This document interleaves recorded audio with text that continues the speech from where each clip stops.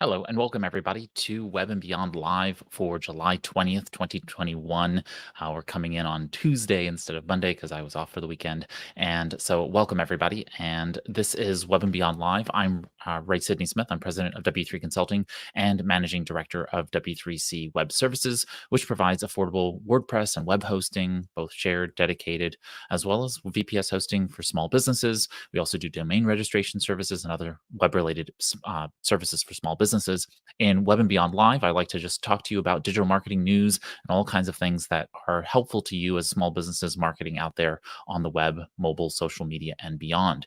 This week is our social media updates episode for July 2021. And so I'm going to be covering all of the various social media news that has been happening over the past month. We have a lot to cover, and so I'm going to hop right into our news this week. And let me get my screen up and working for you. So first and foremost, YouTube has launched Shorts in all regions. So everybody now has access to YouTube Shorts.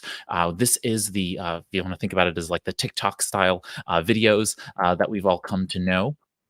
So YouTube has now launched the Shorts option. This is the portrait style videos that are, I think, a minute or less, and they allow you to be able to now display those portrait style videos in the YouTube mobile experience. And so definitely take advantage of it. It's now available to everybody. It's been out in the States for quite some time, but if you're not specifically in the States all the time or you have audience elsewhere, now they'll be able to see it.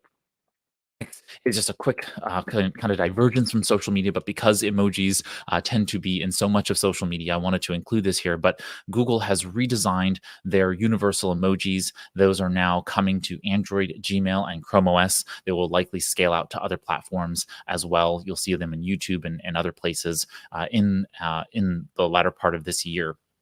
And so it'll be a part of Android 12, but you will see this start showing up in other places like Gmail and otherwise, probably a little bit earlier than that. And so this is really great. We'll see more and more emojis. I think they're adding almost 1,000 new emojis to the platform. And this will, of course, increase people's ability to use emojis for them to be more inclusive and for us to really be more creative with regard to our use of, this new language that we use, which are emojis. I was very resistant to the emoji world, and now 10 years later I am fully immersed in using emojis for all kinds of things and really see its value in communicating. So go out there and use those emojis in your social media. Next is Apple is going out there and working with Goldman Sachs to build out a buy now, pay later option. This says it's rivaling the Affirm company. This also is built into PayPal and other services, so I can see how this can be useful to Apple and in just the generalized context. But I think this is also a challenge to the social media platforms, as I'll talk about later, because Facebook and others are really bringing these payment capabilities to their social platforms. Apple wants to be competitive in that space, and I think this is probably a challenge to that reality. Next up is a longer article. I'm not going to get into this in depth, but the link will be in the video description or in the podcast notes, so you can go ahead and check this out. But what these folks did on business to community, what they did was they put together the Facebook ads costs in 2021, and they gave some good tips for being able to figure out how to really get your best ad spend, that is your advertising budget, out there. This was research from WordStream and Local IQ. And so what they did was they just put together all of this data here, and it's actually really, really useful. I don't have time, like I said, for it here, but just a couple of the mainline items. Facebook is still the most popular place to be advertising. LinkedIn, Facebook, and Instagram are the most widely used for advertising in terms of social. And they also give you, some data regarding all of the pieces. But the pieces here that I wanted to just point out for you was that the average CPCs, cost per clicks, for the four major social media advertising platforms in 2021 were Twitter at 38 cents cost per click. For Facebook, it was 97 cents cost per click. Instagram was $3.56 CPC. And then LinkedIn was $5.26 cost per click. So you could just see the kind of the average there. I don't know whether that was a modal average or not, but the idea here is that you can kind of see what the average is here, and that's important for you to just be aware of. If you need to get a certain number of people through your digital doorway, understand this is about the average that you can calculate for budgeting purposes. So there's a lot more in this article. I really highly recommend that if you're planning on doing any level of social advertising, and really today you do have to pay to play in order to be a part of the social ecosystem if you don't already have a following. So this is really something that you should be paying attention to. Okay. Next is an article. Again, I'm not going to get into the deep layers here, but it's actually really important for us to kind of think how Facebook is thinking about the next few years at Facebook. And so Facebook has gone out there and they've kind of put this article together to think about what the next era of Facebook is really going to look like. And they talk about their mission: building meaningful connections between people and businesses. And this is actually the first time I've actually ever heard their mission. So it's really good. Building meaningful connections between people and businesses is just a good thing to know about them. But they talk about this, that they to quoting the article, they said to achieve it, we had to get a few big things right. First, leading the shift from desktop to mobile, then setting the standard for personalized ads so businesses could reach the right customers. And during the pandemic, helping millions of businesses keeping their doors open and millions more open them virtually for the first time. End quote. And so now in this personalized era, what they want to do is they want to focus on four key areas: privacy enhancing technologies, product and business discovery, commerce, and business tools beyond marketing. And in the article, they talk about all of the various things that they're doing in each of those categories of the world for their kind of personalization of the platform. So, very interesting to see. I'm sure that their competitors will be paying attention to this. And so you will see the other social networks really vying for attention. We have Twitter and TikTok and others that are really buying more mind share in different capacities. So we'll see how Facebook goes ahead and tries to challenge those with Instagram and WhatsApp and so on and so forth. Continuing on in the Facebook news, Facebook has launched a new set of features for what they call knowledgeable experts in Facebook groups. Again, I don't want to get into the super particulars here, but admins can basically designate group experts in Facebook groups. They now allow you to be able to kind of put those people into the space. So if you're a subject matter expert or whatnot, you can go ahead as an admin and identify those people as experts in the systems. That allows people to go ahead, to basically appoint other community members who can help out in that sense. So some other interesting pieces of those features built into it, and you can check them out in Facebook groups. If you have a Facebook group, it'll automatically prompt you with the fact that those features are now available and how to use them. Facebook is also now, as I said before, Apple all of a sudden announces this partnership with Goldman Sachs, with Goldman to be able to pull this buy now, pay later feature into their Apple Pay functions. Facebook is now trying to get Facebook Pay, which is, if you don't know, Facebook's platform for being able to utilize payment on Facebook itself, so you can buy things directly using a Facebook type account. Facebook is now giving this money and sending and receiving functionality. They want to be able to extend that beyond the borders of Facebook.com and the Facebook applications. They are trying to get those onto now third-party platforms, participating platforms where you'd be able to use Facebook Pay in, say, Shopify and other types of platforms, e-commerce platforms. So we're going to start to see now a Facebook Pay button showing up in places. So be mindful of that with your own point of sale system, how you're going to handle that regarding inventory, and how you're going to handle that regarding remittance. So, just decide if you have a Shopify account, are you going to be taking Facebook Pay? Is that something that you can even turn off in your e-commerce system? Those kinds of things are things that you should start to be thinking about because it's going to start happening very soon.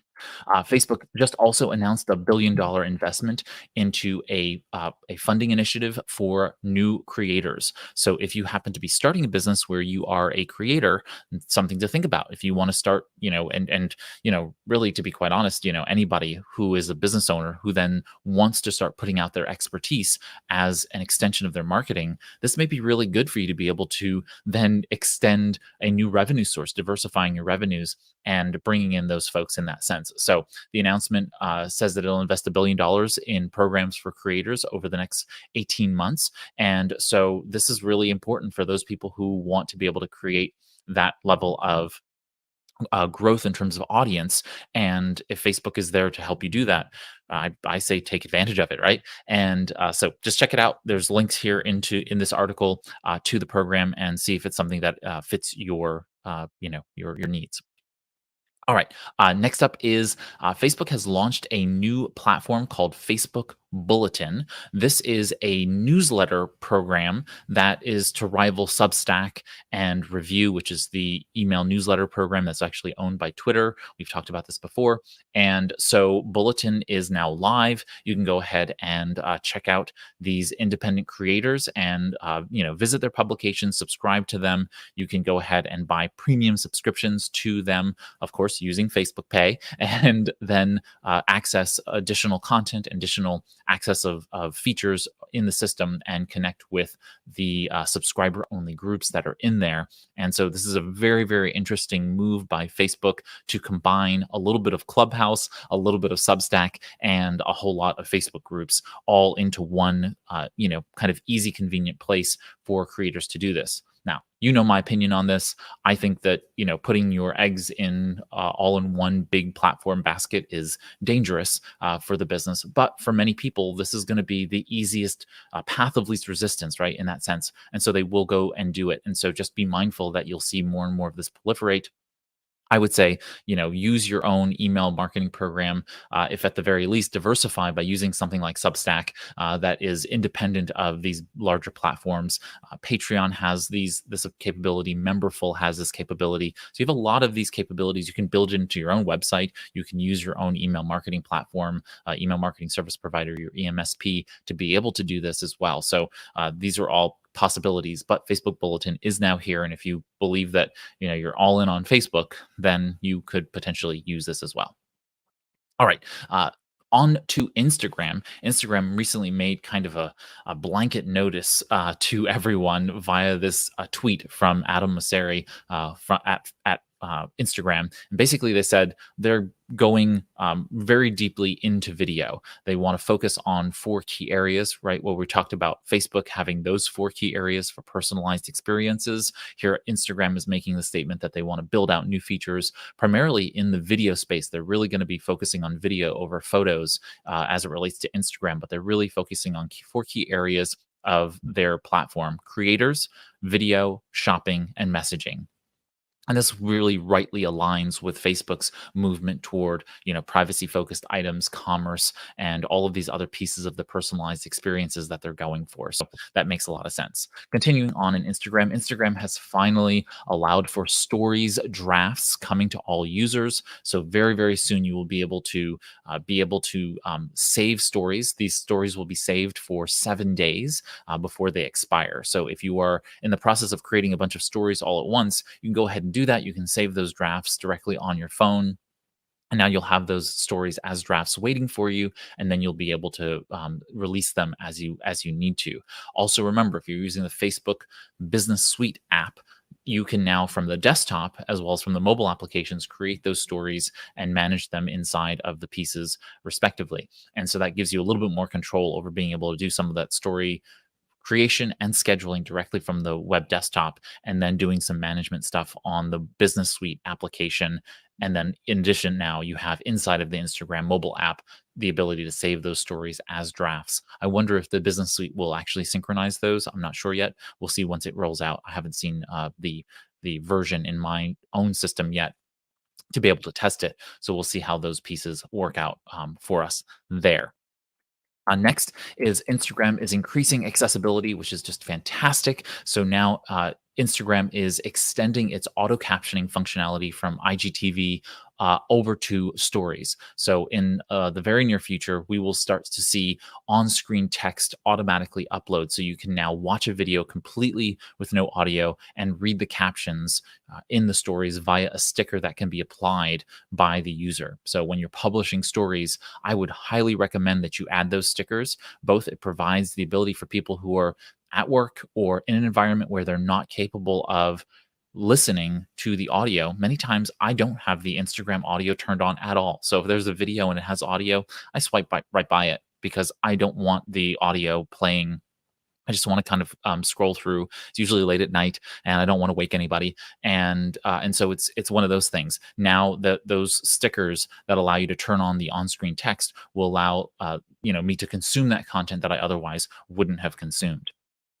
Next is Instagram is testing a new reshare sticker so that it tells people that this piece of content has been reshared from someone else. This is kind of a nice way to give people a more credit for having reshared somebody else's content. So this is a nice piece there. I think there's more and more um, Instagrammers who particularly don't care because they want to see people remixing content, especially a la Instagram Reels. But I think in the story space, it can be useful. I wish that there was just a nicer, easier way for things to be reshared in Instagram in the story space, like stories to stories. Right now, only if you're mentioned in a story can you actually reshare that story. You can share reshare posts, but the Instagram stories resharing is a little bit still funky. So hopefully they figured all this out and Instagrammers won't get too up in arms about it. But I really do feel like we should be able to curate content easily on Instagram as we do on Facebook and Twitter and other platforms. And I feel like Instagram still holds people back in that sense. And I understand why they want people to be creating content, but at the same time, for many people, especially my business, where we are really curating much of the content as much as we are creating content, we want to be able to reshare effectively. Uh, Next is just a little bit of closing the loop on some Facebook items. So we went from Facebook to Instagram. This is about Facebook Messenger. Facebook Messenger has added a new feature, which are called sound emojis. This is really strange to me, but you will now have the ability to send sounds like clapping and crickets and drum roll and even evil laughter. These audio clips will then play in the chat feed if you're chatting with someone via Messenger. So that's what sound emojis are, and we'll see what happens with people utilizing sound emojis. Okay, over to WhatsApp, which is also owned by Facebook. They have gone ahead and implemented group calls, and in this particular case,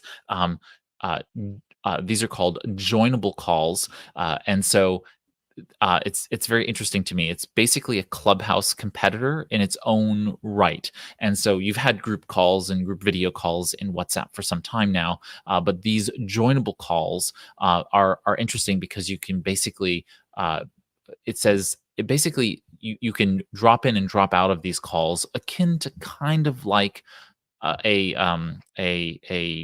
Clubhouse room, and so you can leave, you can rejoin. It's kind of like Google Meet to me, but in this video room concept inside of the WhatsApp application. So interesting to me. I don't particularly know how many people are going to utilize this in WhatsApp, but since WhatsApp is very popular in certain regions of the world, we'll see those folks potentially take it up and use it quite a lot. So it's good that it's added. It's a nice feature. We'll see if people use joinable calls. Okay, over to TikTok. TikTok is interesting for a number of reasons this month. One, it reached the 3 billion user mark. That is, if you include its Chinese, the Chinese users of its application. That application is called Douyin, and so TikTok in the rest of the world, Douyin inside of China, and so collectively, those applications now have over 3 billion users. So it's reached that level of Facebook size. Very interesting to me. I still, I'm maybe I'm just getting old, but I don't think of TikTok as being all that useful in my own world. But I still think that it's important to those who are interested in being able to be seen there, that if you're not going to engage on TikTok in terms of organic content, then you certainly need to do enough organic content to be able to do ads. Because remember, those ads are basically a replication of organic content. So you have to do really good content and then repurpose those content pieces as ads, in my perspective. So in that same vein, TikTok has made some changes. TikTok has tripled its length of videos. So YouTube Shorts, as I said earlier, 60 seconds or less. TikTok now has increased their 60-minute length limit to 3 minutes. Your TikTok videos can now be up to 3 minutes in length. And I think, again, they're just paying attention to what is going on their platform, and they're realizing that they can increase the length there. TikTok is also doing something very interesting. TikTok for Business is hosting what they're calling the Small Business Block Party, running from, I believe, August to November. Let's see here. What are the dates for these? So August 5th to November 18th, they are running what they're calling small business block parties. And these are workshops that are happening throughout the United States. And so you can RSVP to attend these. And what they're doing is they're just throwing these block parties. I'm going to guess that they are part celebration, part workshop. And so they'll be, yeah, they're interactive workshops for small business interested in building communities and growing on TikTok. So if you have, for some reason, not been able to kind of understand and get started with TikTok, this is the place to do it. If you feel like TikTok is a place that you want to engage on, then go for it. There are, ones happening throughout these regions. You can go ahead and sign up for them in your region and attend them, or maybe take a trip and go check them out. So I'm probably going to try and check out one or two of these myself and go to one of the workshops just for the fun of it and see what's going on. So, small business block party. If you go to the link in the show notes or in the video description, you can go ahead and click on the RSVP and check it out.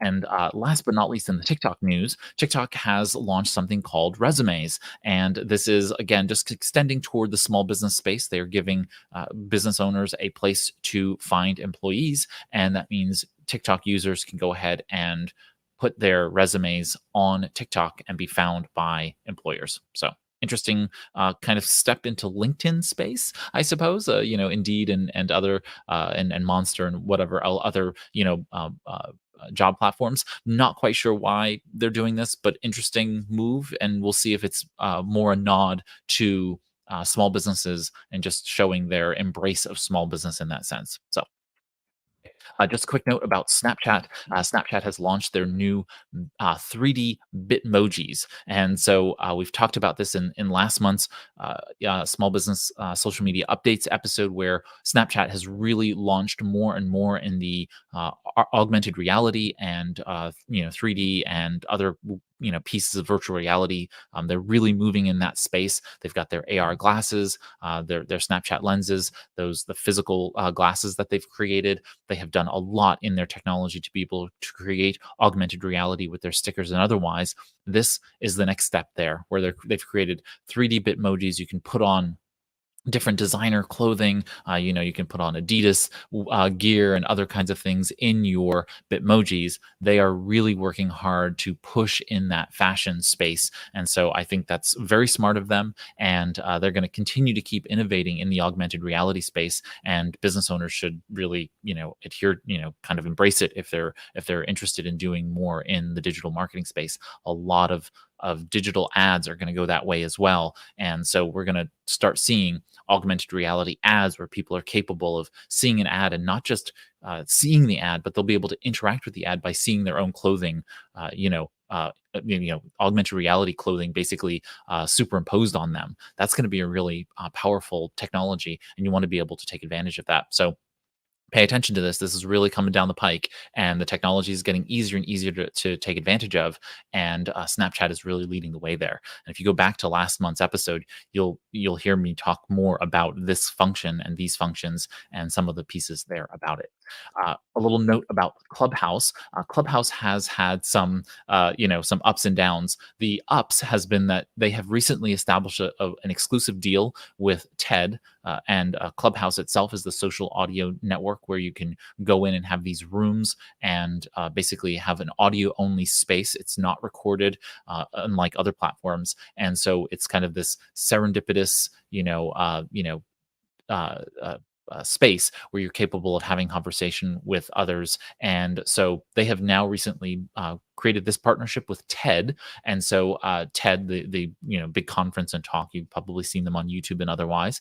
They've now released a series of rooms dedicated to different topics, and they'll be hosting these various TED Talks basically inside of these rooms. Very interesting partnership, and Next is that the down on Clubhouse is that Clubhouse initially had a partnership with NFL, and NFL has recently left their partnership with Clubhouse and have gone to Twitter Spaces. Twitter Spaces is Twitter's social audio rooms platform, the social audio component inside Twitter. It's a place that I'm really excited and enjoy utilizing and jumping into right now. And I'm a Twitter person, so that makes sense. And so but the NFL has now gone to Twitter Spaces, and I think this is going to be really interesting to see going forward. But they will be hosting 20 live audio spaces during the 2021 football season. So very interesting to see that happening. And then just to round out the Clubhouse news, Clubhouse has launched their own DM feature. They call this back channel, and this now allows folks to basically have conversations in the back channel. So this is really, I think a really good feature that was missing from the application. And so now Back Channel is live for all users on iOS and Android who are now able to go ahead and use Back Channel to basically direct message, which you weren't able to do before. Twitter news. All right. So sadly, Twitter is shutting down fleets. This is their expiring tweets feature where you could share a tweet to a page, or you could create your own, content and put them up there in a fleet. It would disappear after 24 hours. Unfortunately, fleets is now disappearing. Clearly, it wasn't used as much, and so they're going to be getting rid of fleets, especially as they're making way for new features and new functions. One of those is that Twitter is going to is currently testing new layouts for images. So they're just basically giving people the ability to change the format of images in tweets. That'll be good for people, but at the same time, they are also giving people potentially a limited time to edit a tweet. This is really, really going to be fantastic. So, inevitably you send a tweet and then all of a sudden you see that you've made a spelling error, or you have not included a negative word, like a modifier like not or no or don't, as opposed to do. And you're like, oh no, that completely is the wrong message that I was trying to send.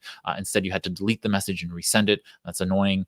Now they're maybe giving us a limited time to be able to edit a tweet before it is seen by others and gains traction. So kind of like when you send an email and there's that button that says undo or stop sending of the message, so you can go ahead and edit it before it really goes live. It's kind of giving you that moment to just review it and say, oh, did I actually make a mistake, and fix things from there.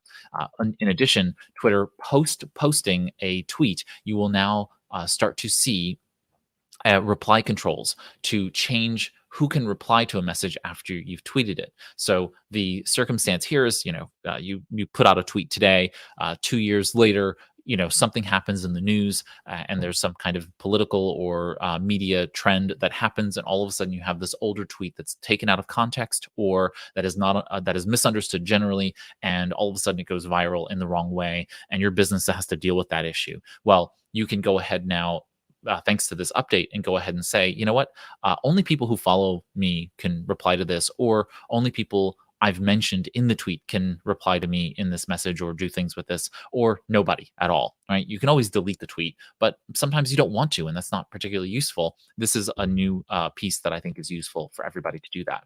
And then last but not least, Twitter has gone out and started to test this concept for converting your profiles to a professional profile or business profile. This is right in line with what Instagram has done. Of course, Facebook with Facebook pages, LinkedIn with LinkedIn company pages. Twitter is now going to that point. I think this is part of their Twitter Blue program, potentially, where you can start paying for certain Twitter features. And I will happily, pay Twitter so that they can go ahead and provide me all the features I need as a business owner to be able to be effective on Twitter, or more effective on Twitter than I am. And so I'm really excited to see Twitter making some, just innovation in this space for themselves. I think that Twitter has a lot of opportunity, a lot of value to provide, and this is finally them really stepping out there and spreading their wings in some way, shape, or form. I think they have a lot of room to grow. There's still a small social network at, I think it's 300, 400 million users. They have roughly 500 million users who log into the site every day. I think they could grow easily to 1 billion users if they were to do some interesting stuff in the business space. So looking forward to them making those changes there. And so, with that, I believe we have reached the top of our news for this week regarding social media. And so, if you have any questions, feel free to tweet those at me. Let me know what's going on. And if I've missed anything, certainly let me know about that. And the next couple of things we have going on in terms of events, if you go to www.webandbeyond.community, you can join our community. And in the community, of course, I post all of our events, including every week when we do Web and Beyond Live. If you go to webandbeyondlive.com, you'll find all of our past episodes, that kind of thing. You can also, of course, follow us on YouTube by subscribing to the channel and getting notifications of those when we go out there. It's also a podcast, so you can subscribe to the podcast in your favorite podcast feed, and therefore you will get those episodes audio only after the fact as well. We've come to the end of our time together, and so if you've enjoyed this live stream, feel free to click the thumbs up icon. That helps us just make new small business friends, and so thank you for doing that. If you have a question, leave a comment, or you can tweet or message me, of course, on Twitter at W3Consulting, the number 3 Consulting. And then, of course, you can join us here usually every Monday. I know today was a little bit different, but usually every Monday around 11 a.m. Eastern, we go live, and I'm happy to answer questions live as well as asynchronously. And so thanks so much for spending this Web and Beyond live with me. I'm Ray Sidney Smith on behalf of W3 Consulting and our subsidiary W3C Web Services. Have a great week ahead, marketing your small business on the Web and Beyond.